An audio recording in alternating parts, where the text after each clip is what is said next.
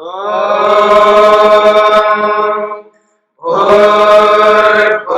स्वः तत्सवितुर्वरेण्यं भर्गो देवस्य धीमहि धियो यो नः प्रचोदयात्।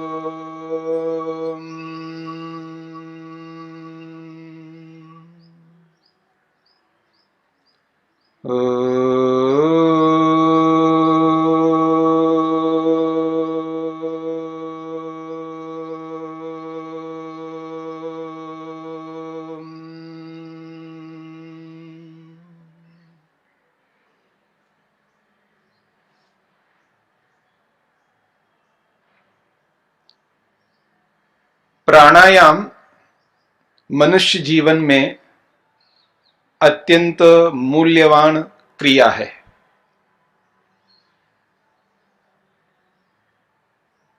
अपने लक्ष्य को प्राप्त करने के लिए प्राणायाम एक महत्वपूर्ण भूमिका रखता है।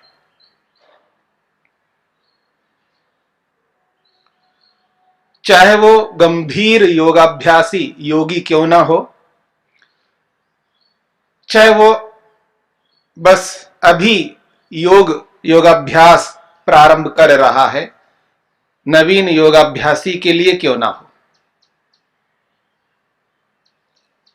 जो शरीर को स्वस्थ रखना चाहता है, तो शारीरिक स्वास्थ्य को चाहने वाला व्यक्ति क्यों ना हो, या मन को स्वस्थ रखना चाहता हो, मानसिक स्वास्थ्य को रखना चाहता हो, चाहे बहुत बालक हो, 5 वर्ष का बालक हो, या वृद्ध व्यक्ति हो, बूढ़ा व्यक्ति हो, युवा हो या प्रौढ़ व्यक्ति हो,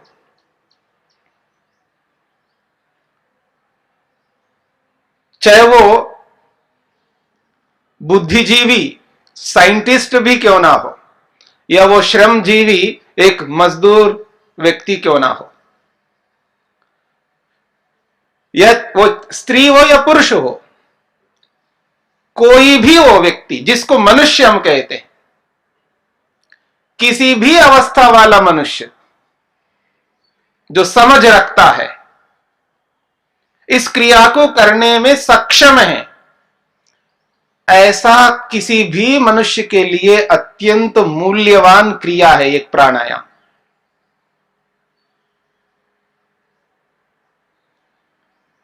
वेदों में, ब्राह्मणों में, उपनिषदों में, दर्शनों में, धर्म ग्रंथों में कहां प्राणायाम की चर्चा नहीं आई हो। समस्त ऋषि लोग इस प्राणायाम को लेकर के बड़ी बड़ी चर्चाएं की है। कितना महत्व रखता होगा।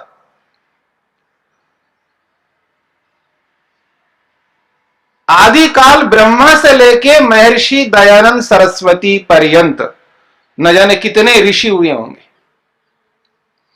उन सभी ने प्राणायाम को लेकर के बहुत अच्छी अच्छी बातें कही है। प्राणायाम को लेकर के महर्षि स्वामी दयानंद सरस्वती जी क्या कहते हैं? उन्होंने सत्यार्थ प्रकाश को लेकर के देखिए, आप ऋग्वेद आदि भाष्य भूमिका को लेकर के देखिएगा, उनके वेद भाष्य को देखिएगा। जगह जगह पर स्वामी दयानंद सरस्वती जी ने प्राणायाम की बहुत अच्छी चर्चा की है और मार्मिक बातें लिखी है।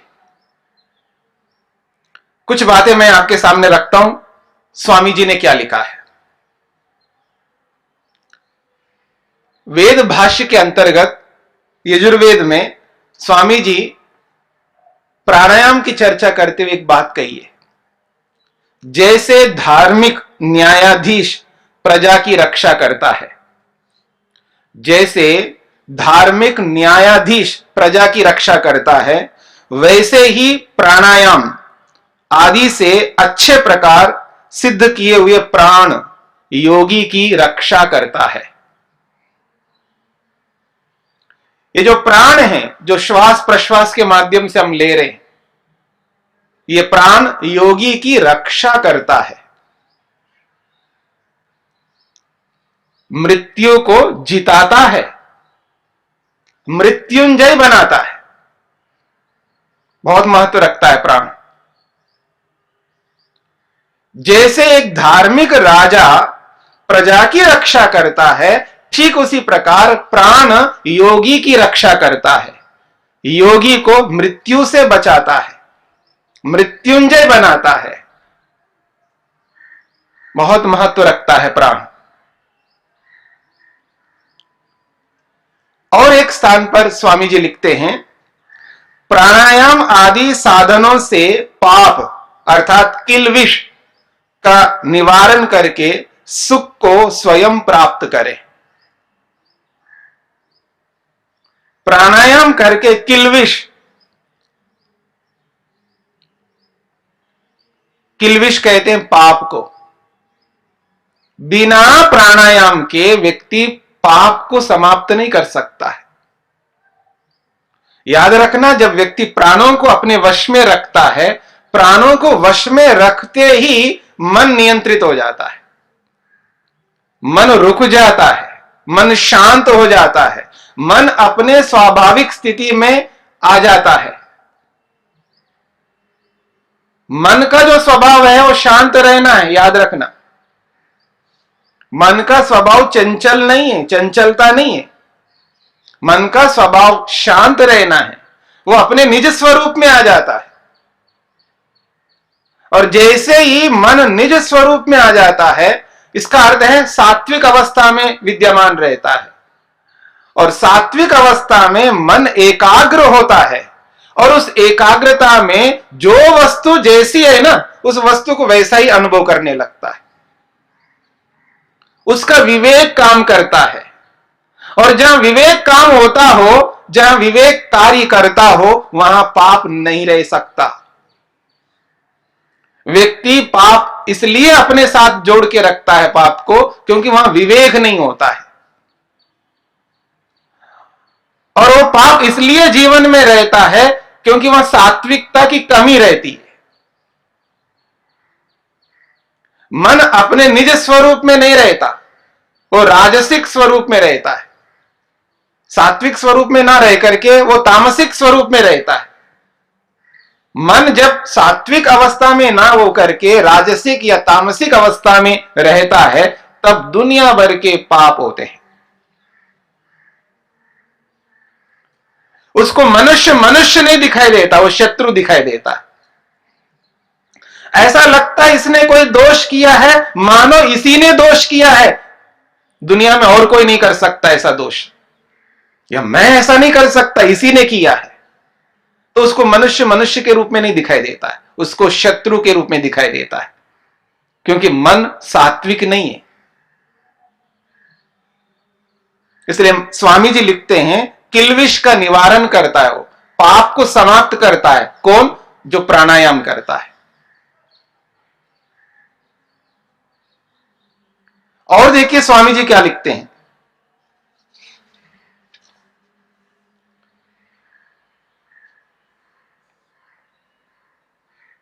ऋग्वेदादि भाष्य भूमिका में उपासना के विषय में वो लिखते हैं, इस प्रकार प्राणायाम पूर्वक उपासना करने से आत्मा के ज्ञान का ढाकने वाला आवरण जो अज्ञान है, वह नित्य प्रति नष्ट होता जाता है और ज्ञान का प्रकाश धीरे धीरे बढ़ता जाता है।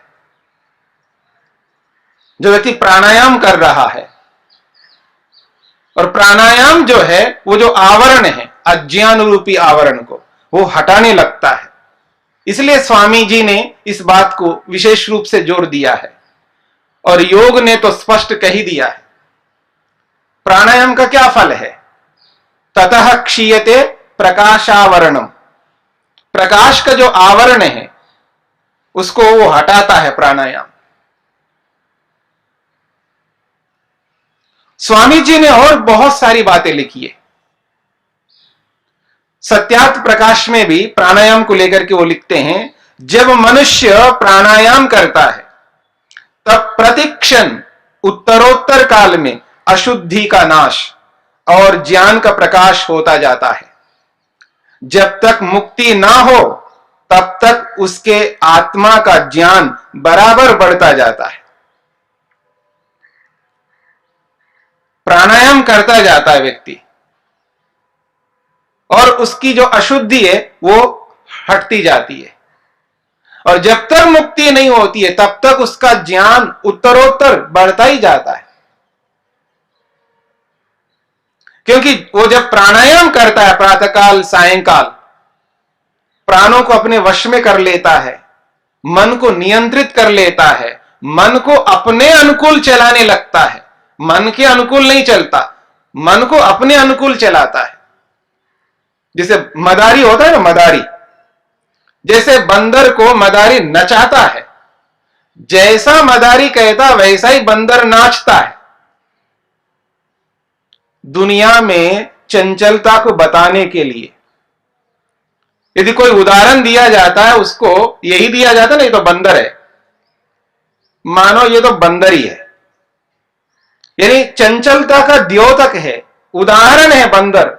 ऐसे चंचल बंदर को मदारी अपने काबू में रखता है। आश्चर्य की बात है, क्या नचाता है।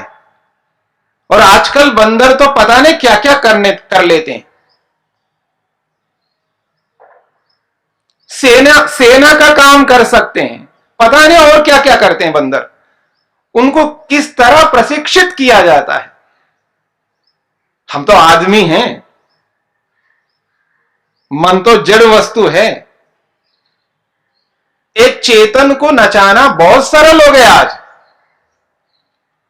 किसी चेतन व्यक्ति को नचाना यानी उसको अपने अनुकूल बनाना, अपने अनुसार किसी चेतन व्यक्ति को बना करके रखना, उसको काबू में रखना बहुत आसान हो गया आज। इसलिए पति जो है पत्नी को नचाता है और पत्नी पति को नचाती है। विद्यार्थी अध्यापक को नचाता है और अध्यापक विद्यार्थी को नचाता है। आप देखिएगा, कोई ऐसा दुनिया में आदमी नहीं है जो दूसरे आदमी को नचाता नहीं हो, अर्थात वो अपने अनुकूल चलाता नहीं हो। सब आदमी सबको अपने वश में रख करके चलते हैं, क्योंकि सब चेतन है। यानी चेतन होकर के चेतन को नचाना सरल हो गया, लेकिन चेतन होकर के जड़ को नचाना कठिन हो रहा है। और यह काम प्राणायाम के माध्यम से हम कर सकते हैं। तो हमने प्राणायाम को लेकर के कई दिनों से चर्चा की है। मैं आपके सामने कुछ बातें रखता हूं। प्राणायाम करना आसान भी है, सरल भी है, और नहीं समझेंगे तो बहुत कठिन हो जाएगा। प्राणायाम करना बहुत सरल है, लेकिन नहीं समझेंगे तो बहुत कठिन हो जाएगा। और दुनिया में बहुत सारे लोग बिना समझे किसी क्रिया को करते हैं तो उनके लिए कठिन ही होता रहता है। वर्षों बीत जाते हैं लेकिन वो उस काम को ठीक से नहीं कर पाते। और उसका सबसे बड़ा उदाहरण है उपासना, भक्ति, संध्या। लोगों को वर्षों बीत जाते हैं संध्या करते हुए, उपासना करते हुए, भक्ति करते हुए वर्षों बीत जाते हैं, लेकिन भक्ति करना नहीं आया, उपासना करना नहीं आया, संध्या करना नहीं आया। क्यों? सीख करके प्रारंभ नहीं किया है, बिना सीखे प्रारंभ किया है, बस करते ही जाना है, देखा देखी। विद्या जो होती है वो बिना गुरु के नहीं आ सकती, याद रखना। जिसको हम विद्या कहते हैं वो विद्या बिना गुरु के नहीं आ सकती है। इसलिए आज पूरी दुनिया में किसी भी विद्या को प्राप्त करने के लिए बहुत व्यक्ति सावधान हो रहे हैं। किसी भी फील्ड में आप देखिएगा, किसी भी विद्या को प्राप्त करने के लिए हजारों नहीं, लाखों नहीं, करोड़ों नहीं, अरबों खर्च करते हैं विद्या को प्राप्त करने के लिए। कितने इंस्टीट्यूट्स हैं, कितने विश्वविद्यालय हैं, कितने महाविद्यालय हैं, कितने स्कूल्स हैं,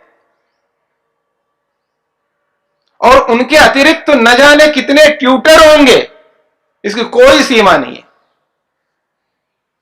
सब लगे हुए हैं, सबको चाहिए अध्यापक, पर जीवन का एक बहुत बड़ा लक्ष्य है मुक्ति, मोक्ष, जिसको पाने के लिए व्यक्ति को योगाभ्यास करना है। उस योगाभ्यास को सीखने के लिए किसी गुरु की आवश्यकता नहीं है। यदि ऐसा कोई समझ करके अपने आप सीख ले तो बहुत मुश्किल है। मैं ये नहीं कहना चाहता वो नहीं सीख सकता, सीखेगा, लेकिन इस सीखते सीखते जीवन का इतिश्री हो जाएगा, समय नहीं बच पाएगा। इसलिए अध्यापक की तो आवश्यकता किसी भी विद्या के लिए। तो इस बात को हमें समझ करके भी चलना है। प्राणायाम करने वालों के लिए क्या क्या सावधानियां रखनी चाहिए, उन सावधानियों को भी समझ लेना चाहिए। मैंने इस पुस्तक के अंतर्गत कुछ सावधानियां लिखी है। इसमें बिंदुओं के रूप में 29 सावधानियां लिखी है। 29 सावधानियां बिंदुओं के रूप में इस पुस्तक में लिखी है। कुछ सावधानियां मैं आपके सामने रखता हूं। इसमें शीर्षक दिया है प्राणायाम के लिए आवश्यक निर्देश। जो भी प्राणायाम करना चाहता है उसको क्या करना चाहिए प्राणायाम करने से पहले। पहला निर्देश दिया है, प्राणायाम करने वाला जो व्यक्ति है उसको सबसे पहले अपने पेट को देखना होगा। मैं बार बार कहता हूं, जो भी प्राणायाम करना चाहता है उसको अपने पेट को देखना चाहिए। मेरा पेट कैसा है? यदि प्राणायाम करना चाहते हो तो पेट को खाली करना पड़ेगा, एम्प्टी करना पड़ेगा। स्टमक में कुछ नहीं होना चाहिए, और बड़ी आंतों में मल नहीं होना चाहिए। प्राणायाम करते वक्त यह सावधानी रखनी है कि पेट खाली हो, बिल्कुल ढीला हो, शिथिल हो, वो टाइट ना हो। पेट भरा हुआ दिखे नहीं, बिल्कुल लूज हो और खाली हो, पेट के अंदर कुछ नहीं होना चाहिए। यह प्राथमिक आवश्यकता है। प्राणायाम करने वाले व्यक्ति को यह ध्यान रखना पड़ेगा। अगर भोजन नहीं पचा किसी कारण से तो प्राणायाम करते हैं तो हानि हो सकती है।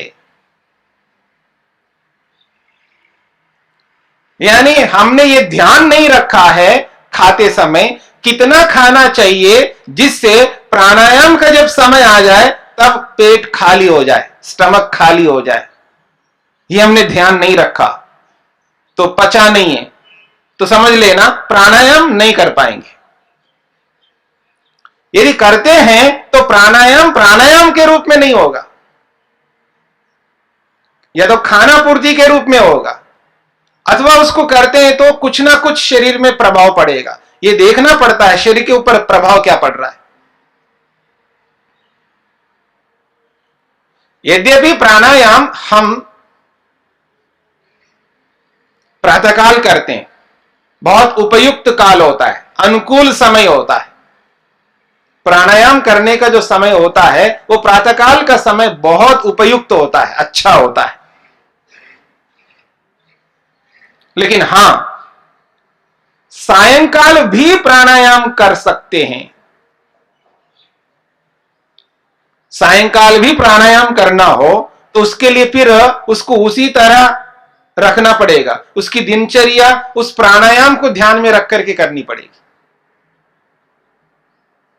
तो उसको क्या करना होगा, जो भोजन करेगा वो भोजन की जो मात्रा होगी वो इस तरह रखनी होगी कि सायंकाल प्राणायाम तक स्टमक एम्प्टी, खाली हो जाए, वही ढीला हो जाए, पेट में कुछ नहीं रहा।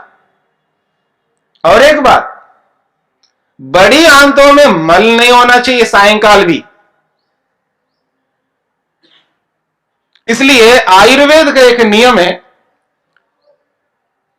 आयुर्वेद के अनुसार जो शौच जाता है व्यक्ति वो 2 बार जाता है, प्रातःकाल भी और सायंकाल भी।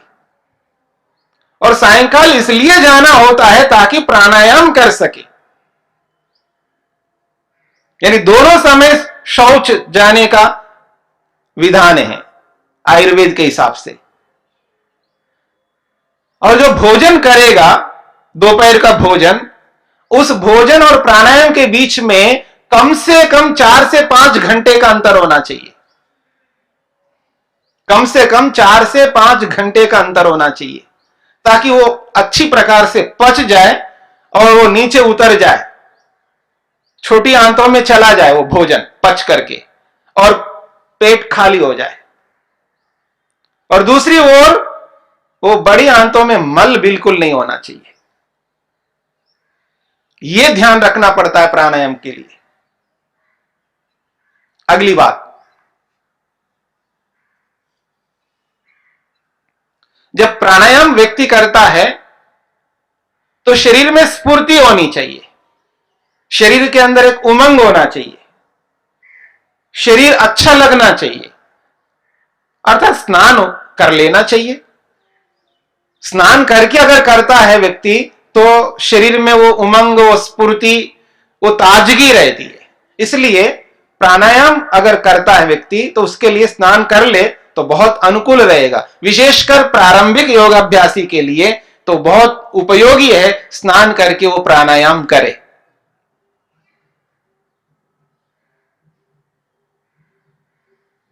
हां, कोई बहुत अभ्यासी हो, वर्षों से जिसने अभ्यास किया हो प्राणायाम का और अपनी दिनचर्या को उसी रूप में रखता है, और एक बात, जिसका मन जिसके नियंत्रण में है वो अपना सारा का सारा जीवन योग को ध्यान में रख करके कर रहा है, ऐसा व्यक्ति यदि स्नान नहीं भी करता है तो भी उसके लिए प्रतिकूलता नहीं होती है।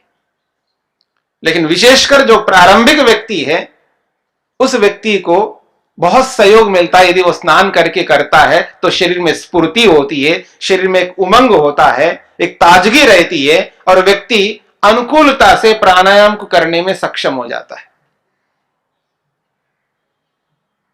अगली बात, वस्त्र। प्राणायाम जब आप करते हो तो वस्त्र ऐसे होना चाहिए जिससे प्राणायाम के अनुकूल हो, ऋतु के अनुकूल हो। किस ऋतु में आप प्राणायाम कर रहे हो उस ऋतु के अनुकूल वस्त्र हो, और विशेषकर ढीला वस्त्र होना चाहिए, टाइट वस्त्र नहीं होना चाहिए, ढीले वस्त्र होना चाहिए ताकि प्राणायाम करने में सुविधा होती है। इसका भी ध्यान रखना पड़ता है। और स्थान, जहां आप प्राणायाम करना चाहते हो वो स्थान शुद्ध हो, पवित्र हो, ठीक ठाक हो, और वायु का आवागमन अच्छे ढंग से हो रहा हो।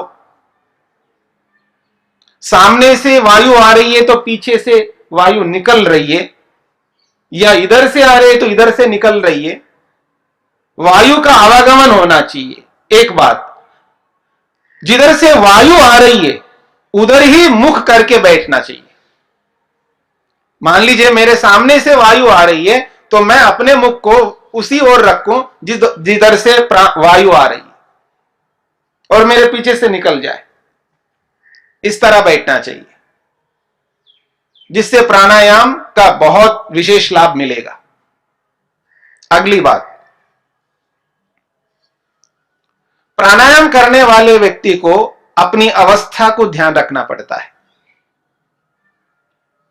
ऐसा नहीं है कि प्राणायाम करना है तो कोई भी व्यक्ति एक ही जैसा प्राणायाम करता जाए तो बहुत मुश्किल हो जाएगा। अपनी अवस्था को, अपनी आयु को भी ध्यान रखना पड़ता है। प्राणायाम करने वाला व्यक्ति वो बालक है या वृद्ध है, बूढ़ा व्यक्ति है, युवा है, वो प्रौढ़ है, और पुरुष है या स्त्री है, इन बातों को ध्यान में रख करके करना पड़ता है। बालक व्यक्ति, वृद्ध व्यक्ति कैसा प्राणायाम करेगा, कितना प्राणायाम करेगा, उसका भी एक निश्चित होता है। युवा व्यक्ति, प्रौढ़ व्यक्ति किस तरह प्राणायाम करेगा, कितना प्राणायाम करेगा, उसके लिए भी एक निश्चितता है, अवस्था को ध्यान में रख करके। और स्त्री और पुरुष को भी ध्यान में रख करके, अवस्थाओं को देख करके प्राणायाम करना पड़ता है। तो अपनी अपनी अवस्था को ध्यान में रख करके भी प्राणायाम करना होता है। एक बहुत बड़ा महत्वपूर्ण बिंदु है ये। अगली बात, अब अवस्थाओं को ध्यान में हमने रखा है। मान लीजिए प्राणायाम करना है तो कितना प्राणायाम करना, संख्या की दृष्टि से कितने बार करना है प्राणायाम, यह बहुत महत्व रखता है। ऐसा नहीं है आपके मन में है, अच्छा लग रहा है, आप करते जाओ, जिसकी कोई संख्या ही ना हो, जिसकी कोई सीमा ना हो। सीमा बांध करके चलना पड़ेगा।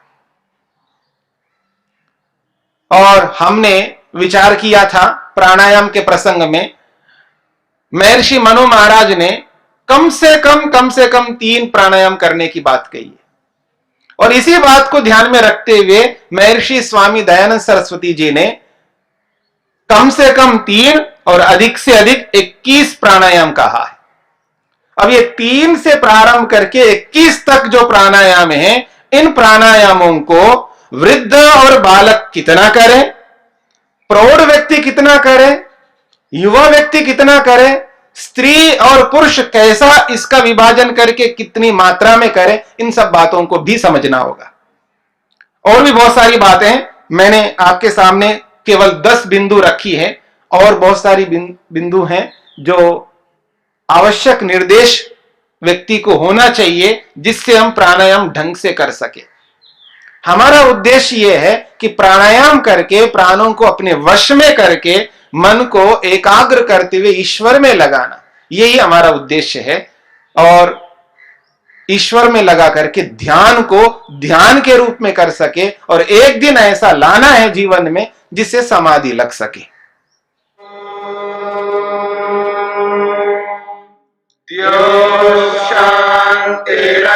शांतिरंतरिक्षं शांति पृथिवी शांतिरापः शांतिरोषधयः शांतिः वनस्पतयः शांतिर्विश्वे देवाः शांतिर्ब्रह्म शांति सर्वं शांति शांतिरेव शांति क्षमा शांतिरेधि। ओम शांति शांति शांति।